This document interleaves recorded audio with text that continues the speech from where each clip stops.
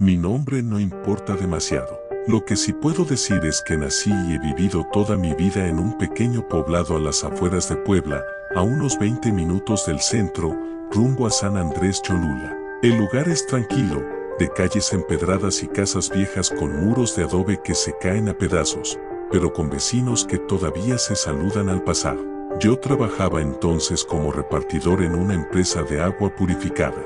Tenía 29 años y apenas empezaba a estabilizarme con mi esposa, Andrea, y nuestro hijo pequeño. Vivíamos en una casa rentada cerca del río Atoyac, en una zona donde todavía hay parcelas, maizales y canales de riego. Desde mi ventana, por las noches, se oía el agua correr. No le daba importancia hasta aquella madrugada. Las primeras noches al principio todo fue ruido, nada más. El agua del río siempre suena igual, un murmullo constante, como si alguien estuviera barriendo el suelo con un escobillón de ramas. Pero aquella noche sonaba diferente, más pesado, con golpes de corriente, como si algo se moviera dentro. Me desperté porque escuché un chillido. No era de gato, tampoco de pájaro. Era más largo, como un lamento contenido. Andrea dormía a mi lado y el niño estaba en su cuna, tranquilo. Me quedé escuchando. Volvió a sonar, un poco más lejos esta vez. Era una voz de mujer. Me levanté, abrí la ventana y el aire frío de la madrugada me golpeó en la cara. No había nadie, solo el rumor del agua y, de vez en cuando, los perros ladrando en cadena desde el otro lado del río. Pensé que era alguna vecina o alguien ebrio. En esa zona, por las noches, los caminos se llenan de hombres que vuelven de las cantinas caminando entre los terrenos baldíos. Cerré la ventana y me acosté de nuevo, pero el sonido siguió. No era constante, aparecía cada pocos minutos, arrastrando una tristeza que no sé cómo explicar. Era como si la voz viniera flotando, atravesando el aire húmedo. Me puse nervioso y encendí la radio para cubrirlo. No dormí bien esa noche. A la mañana siguiente, Andrea notó que estaba desvelado. ¿Qué tienes?, me preguntó mientras servía el café. Nada, el río hace mucho ruido últimamente. Ella me miró con una sonrisa leve. ¿Otra vez vas a empezar con eso de los ruidos raros? Te juro que no son los de siempre. Pues si tanto te asusta, cierra las ventanas. Tenía razón, pero no era miedo todavía, solo una incomodidad. 2. La mujer junto al río. La segunda noche fue peor. Llegué tarde del trabajo, dejé la camioneta frente a la casa y me senté a cenar. Andrea ya dormía, el niño también. Afuera llovía con fuerza. Cuando me fui a acostar, noté que algo brillaba entre los árboles del borde del río. Pensé que era una bolsa atrapada en una rama, reflejando la luz del poste. Apagué la lámpara del cuarto y miré otra vez. La figura seguía ahí. Era una silueta blanca, quieta, como si alguien estuviera de pie mirando hacia el agua. No se movía, no temblaba con el viento ni con la lluvia. Parecía una persona. Estuve un rato observando, tratando de distinguir si era alguna vecina lavando ropa o una sombra formada por el reflejo. Pero el río estaba crecido. Nadie en su sano juicio bajaría ahí a esas horas. Entonces la figura giró lentamente la cabeza hacia mí. No pude ver su rostro. Solo noté un brillo extraño, como si sus ojos reflejaran la poca luz que había. Me quedé helado. Cerré las cortinas y retrocedí, con el corazón acelerado. Pasaron varios minutos antes de que me atreviera a mirar de nuevo. Cuando lo hice, ya no había nada. No dije nada a Andrea. Solo me juré que, al día siguiente, iría a revisar. 3. El rastro. A la mañana siguiente bajé al río. El aire olía a lodo y hierba podrida. El agua estaba turbia por la lluvia. Caminé por la orilla, buscando alguna huella, algo que me confirmara que lo que vi era real. Encontré marcas de pies descalzos en el barro, pequeños, delgados, parecían recientes. Seguían el borde del río unos 20 metros y luego desaparecían. Le conté al señor Tomás, mi vecino, un hombre de unos 60 años que lleva toda su vida ahí. Ah, ya la vio, me dijo sin sorpresa. ¿Cómo que, ya la vi? ¿A quién?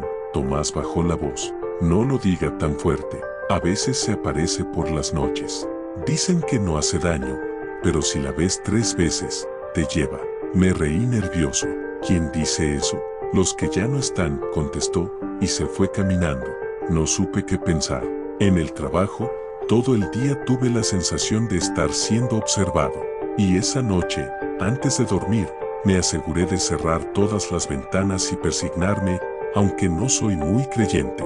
A medianoche, los perros empezaron a ladrar de nuevo, uno, luego otro, hasta que todo el barrio era un coro de aullidos. Andrea se despertó asustada. ¿Otra vez los perros? Sí, le dije, pero escucha.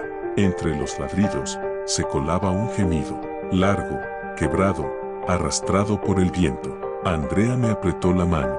No salgas, susurró. No tenía intención de hacerlo. El sonido se fue acercando, lento, como si alguien caminara por el cauce del río, llorando sin fuerzas. No era un llanto común. Había algo en el que te gelaba los huesos, una mezcla de tristeza y rabia. Cuando se detuvo justo frente a nuestra casa, todo el aire se quedó en silencio. Los perros callaron. Solo se oía el agua, y de pronto, un grito, largo, agudo, imposible de describir. Andrea se cubrió los oídos y empezó a rezar. El niño despertó llorando. Yo no podía moverme. Sentía que, si abría la cortina, algo me estaría esperando del otro lado. Tardó un buen rato en irse el sonido, y cuando por fin cesó, el ambiente quedó tan pesado que costaba respirar. No dormimos. 4. La visita del padre a la mañana siguiente, fui a la parroquia. El padre Julián era conocido en el pueblo, había escuchado de todo, duendes, aparecidos, luces en los cerros. Pero cuando le conté lo que habíamos oído, su rostro cambió. ¿Por el atoyac, dices?, preguntó. Asentí. Hijo, no eres el primero. Desde hace meses, varias personas han venido a contarme lo mismo. Una mujer que llora en las orillas. Algunos la ven, otros solo la escuchan. ¿Y qué es?, pregunté, intentando no sonar ridículo. No lo sé, pero hay cosas que no se deben provocar. Si vuelve a pasar, no respondas, no salgas, no la mires. ¿Y si entra a la casa? Reza. Salí de ahí más nervioso de lo que había llegado. Esa noche, puse agua bendita en las ventanas. Andrea insistió en irnos unos días con su madre a San Martín Texmelucan, pero yo no podía dejar la casa sola. Teníamos las rentas atrasadas y si el casero veía que no estábamos, podía sacarnos. Me quedé solo. 5. La tercera noche el silencio fue peor que los ruidos. A eso de las 2 de la madrugada, el viento empezó a soplar con un silbido extraño, como si viniera desde dentro del río. Me levanté y miré por la ventana. No había luna, solo la neblina flotando sobre el agua. Y entonces la vi de nuevo, esta vez más cerca, justo al borde del terreno. Su vestido blanco se movía con el viento. No tenía rostro, o quizá la oscuridad lo cubría. Lo que más me impresionó fue la forma en que se balanceaba, como si llorara de pie, sin moverse del sitio. Dio un paso hacia adelante, luego otro. Sentí un frío que me paralizó. Cuando llegó hasta la cerca de alambre, el aire dentro de la casa se volvió denso. Los focos titilaron. Y entonces, la escuché llorar otra vez. No un llanto común. Era un lamento profundo, que te perfora el pecho. Me llevé las manos a los oídos, pero seguía escuchándolo dentro de la cabeza, como si me hablara directamente. No sé cuánto tiempo pasó. Cuando me atreví a abrir los ojos, ya no estaba. Salí corriendo al patio con una linterna, decidido a comprobar que no había nadie. El pasto estaba mojado, y en la tierra blanda se marcaban huellas pequeñas, descalzas, que se dirigían al río. Seguí las pisadas hasta donde el terreno se hunde. El aire olía a humedad vieja, a flor podrida.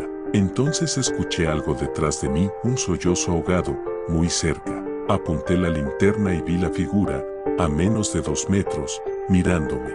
Su rostro era pálido, sin rasgos definidos, y de su boca caía un hilo de agua. Grité, la luz parpadeó, y en un segundo desapareció. Volví corriendo a la casa, trancando la puerta. Me encerré hasta el amanecer. 6. El hallazgo en el río. Al día siguiente, llegaron varios vecinos. El rumor se había corrido. Algunos decían que también la habían escuchado llorar por las noches. Un grupo de hombres bajó al río con palas, pensando que quizá había un cuerpo. Y si lo había. Entre las ramas, atorado por la corriente, encontraron el cuerpo de una mujer joven. Llevaba un vestido blanco, casi deshecho. Nadie la reconoció. No era de ahí. No tenía documentos ni señales de violencia visibles. Solo el rostro pálido, los ojos abiertos. La policía llegó, se la llevó y todo volvió al silencio. Pero el silencio nunca volvió a ser el mismo. Durante días, traté de convencerme de que todo había sido una coincidencia, los ruidos, la figura y el hallazgo del cuerpo. Pero mientras más lo pensaba, menos sentido tenía. La mujer que encontraron en el río no tenía heridas, ni signos de violencia, ni nadie reclamó su cuerpo. Solo apareció ahí, como si el agua la hubiera escupido después de guardarla mucho tiempo. El padre Julián la mencionó en misa, pidiendo oraciones por su alma, pero nadie supo su nombre. Ni siquiera en los periódicos locales se publicó una nota completa, apenas un párrafo, perdido entre anuncios de accidentes y política. La casa se sentía diferente desde entonces. El aire olía a humedad, aunque ventilara todos los días. A veces, cuando me quedaba solo, oía que alguien caminaba despacio en el pasillo. Y siempre, sin falta, a las 3 de la madrugada, el sonido del río parecía subir de volumen, como si el agua me llamara. Andrea no quiso volver. Me decía por teléfono que el niño lloraba todas las noches, que soñaba con una señora de vestido mojado. Yo fingía calma, pero cada noche me costaba más dormir. Las voces una madrugada, mientras trataba de conciliar el sueño, escuché un murmullo suave. Al principio pensé que era la radio del vecino, pero la voz estaba dentro de la casa. Era una mujer susurrando algo. No entendía las palabras, pero el tono era tan triste que me dolió escucharlo. Apagué la lámpara y me quedé quieto. La voz parecía venir desde el baño, que daba justo hacia el patio trasero, a unos metros del río. Fui hasta la puerta con la linterna del celular. El foco titiló apenas entré. El lavabo goteaba. Todo estaba en silencio. Entonces, desde el drenaje, se oyó un suspiro. No el sonido del agua corriendo, sino un suspiro humano, tembloroso, ahogado. Retrocedí despacio. En el espejo, por un instante, juraría que vi detrás de mí una silueta blanca, pero cuando giré, no había nadie. Esa noche dormí en la sala, con las luces encendidas. La señora Petra. Al día siguiente fui a visitar a la señora Petra, una anciana que vive a la vuelta y que ha visto pasar generaciones enteras del barrio. Siempre tiene una historia que contar. Le llevé un garrafón de agua, como excusa, y cuando se lo entregué, le conté lo del cuerpo del río. Ella bajó la mirada. La pobrecita, dijo. Dicen que era una forastera, que venía buscando a alguien. ¿A quién? A su hijo, respondió, casi en un susurro. Me quedé callado. ¿Y cómo sabe eso? Los policías preguntaron por aquí, buscando si alguien la había visto antes. Una muchacha dijo que la encontró hace como un mes, pidiendo direcciones. Dijo que su niño había desaparecido cerca del río y que lo escuchaba llorar por las noches. Sentí un escalofrío recorrerme. ¿Y lo encontró? No, mijo, nunca. Petra hizo la señal de la cruz. Dicen que desde entonces se quedó buscándolo, que ni después de muerta dejó de hacerlo. No supe qué contestar. Antes de irme, la señora me tomó del brazo con una fuerza que no le conocía. Si la vuelves a escuchar, dijo, no le contestes. Aunque te llame por tu nombre, aunque parezca que necesita ayuda, no le contestes. 3. Los sueños. Las siguientes noches dormí mal. Soñaba con el río. Siempre lo mismo, el agua quieta, bajo una neblina espesa, y en medio de ella, algo que se movía, lento, con el cabello flotando alrededor. En uno de esos sueños, la vi extender la mano hacia mí. No me hablaba, pero entendía su intención, quería que la ayudara. Desperté jadeando, con la sábana empapada de sudor. Afuera, el agua del río sonaba más fuerte que nunca. Miré el reloj, 3:08 a.m., y entonces escuché una voz, nítida, desde afuera, ayúdame. Era una voz femenina, temblorosa, que parecía salir del agua. No supe si seguía soñando o si realmente estaba despierto. Me acerqué a la ventana. Había neblina, tanta que apenas podía distinguir la orilla del río. pero algo se movía allí, una figura blanca, encorvada, que arrastraba los pies por el fango. «Ayúdame, por favor». El sonido me atravesó el pecho. No era una simple petición, había desesperación, dolor. Di un paso hacia la puerta, casi sin pensarlo, pero entonces recordé las palabras de la señora Petra: «No le contestes, aunque te llame por tu nombre». Me quedé quieto, observando. La figura levantó la cabeza y, aunque no podía ver su rostro, sentí que me miraba. Luego, lentamente, alzó el brazo y señaló hacia mí. El aire dentro de la casa se volvió pesado, y por un instante, creí escuchar su llanto justo al lado de mi oído. Retrocedí, cerré la cortina, y esta vez, no pude volver a dormir. 4. Los rumores los días siguientes fueron un caos. El cuerpo de la mujer fue trasladado al anfiteatro, pero nadie la reclamó. Algunos decían que la enterraron en una fosa común, otros, que desapareció misteriosamente antes de ser llevada al panteón. Los vecinos comenzaron a mudarse. Una familia entera del otro lado del río se fue sin avisar. Decían que el llanto se escuchaba dentro de las casas y que las cosas se movían solas por las noches. Yo trataba de mantener la calma, pero ya ni los días eran normales. A veces, mientras lavaba los trastes o regaba las plantas, creía escuchar una respiración detrás de mí, y cada vez que me acercaba al río, sentía un olor a flores podridas, como si alguien hubiera dejado ofrendas viejas escondidas entre las piedras. Una tarde, mientras caminaba hacia la tienda, vi a 3 niños jugando cerca del cauce. Les grité que se alejaran, pero no me hicieron caso. Estaban mirando algo entre las ramas. Cuando me acerqué, noté una muñeca vieja, con el vestido empapado y los ojos de cristal rotos. «¿De quién es eso?», les pregunté. Uno de los niños respondió: «La señora del río la dejó». Los otros asintieron, como si fuera lo más normal del mundo. La tomé y la tiré al contenedor de basura. Pero esa misma noche, cuando bajé al patio, la muñeca estaba en la puerta de mi casa, chorreando agua. 5. La llamada. Decidí grabar lo que pasaba. Coloqué mi celular junto a la ventana, apuntando al río, y lo dejé grabando toda la noche. Al día siguiente, revisé el video. Durante la primera hora, nada, solo el ruido del agua. A la segunda, los perros empezaron a ladrar. Luego, un gemido. Subí el volumen. Era la misma voz de antes, apenas audible. «Ayúdame», decía, una y otra vez. «Ayúdame a encontrarlo». El sonido se fue intensificando hasta convertirse en un grito seco, desgarrado. La cámara se movió sola, como si alguien la hubiera tocado, y la grabación se cortó. Me quedé helado. Intenté borrar el archivo, pero cada vez que lo hacía, reaparecía con otro nombre. Bit-6661, MP4, Bit-6662, MP4, y así sucesivamente. Apagué el teléfono, lo dejé sobre la mesa y salí al patio a tomar aire. El río estaba silencioso, completamente inmóvil, y en ese silencio, escuché mi nombre. No un eco ni un susurro, una voz clara, femenina, desde el agua: «Samuel». Me quedé sin respiración.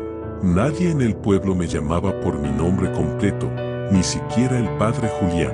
Entonces comprendí que ya no se trataba del río, ni del cuerpo, ni de las historias viejas. Era a mí a quien buscaba. 6. El reflejo. Esa noche, cerré todas las puertas y ventanas. Encendí velas, puse un crucifijo sobre la mesa y me encerré en el cuarto con una Biblia abierta. Pero el sueño no llegó. A las 3 en punto, el agua comenzó a sonar. No como corriente normal, sino como si algo se arrastrara desde el fondo, golpeando las piedras. Me levanté y fui al baño. El espejo estaba empañado. Con el dedo, escribí «¿Qué quieres?» en el vidrio, sin saber por qué. Entonces, lentamente, se formaron letras nuevas bajo las mías, como si alguien respondiera desde el otro lado: «A mi hijo». Retrocedí, tropezando con el lavabo. El foco explotó y la habitación quedó a oscuras. Corrí hacia la sala, y ahí, en medio de la puerta abierta, estaba la figura, la misma de antes, empapada, con el vestido pegado al cuerpo.